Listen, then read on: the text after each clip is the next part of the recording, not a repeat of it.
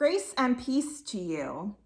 I'm Reverend Kristen Strobel, and I'm here to give you some weekly announcements for Eastminster Presbyterian Church.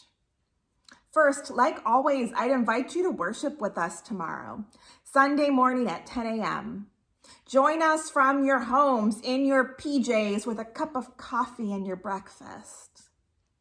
Right now, we are in the midst of a sermon series called Unraveled, Seeking God When Our Plans Fall Apart. This week, we are looking at the story of the woman at the well in the Gospel of John chapter 4, which is one of my favorite stories in Scripture. Our services can be found on both Facebook and YouTube, and you can watch us throughout the week. But if you want to worship in community with others, we do so on Facebook on Sundays at 10 a.m. And then after worship on Sundays, we gather on Zoom for a virtual coffee hour to see one another's faces and check in. At 11:15 a.m., we have a sermon discussion so that we can continue to wrestle together with Scripture and our calling as followers of Christ.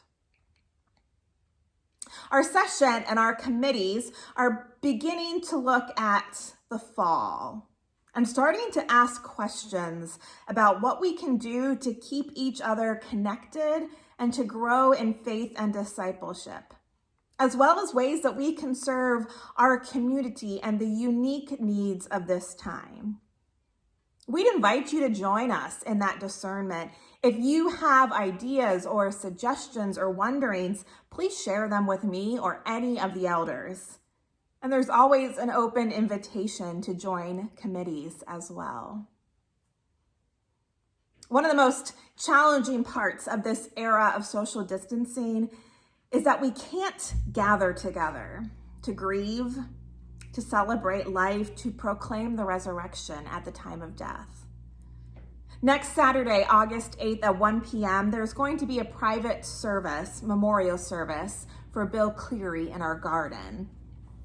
As cases continue to rise in Michigan, it's important that we keep this service family only.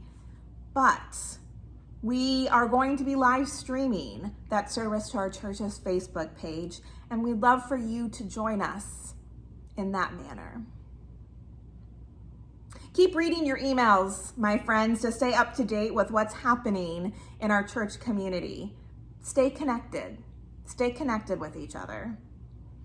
And may God's grace and peace sustain you and surround you.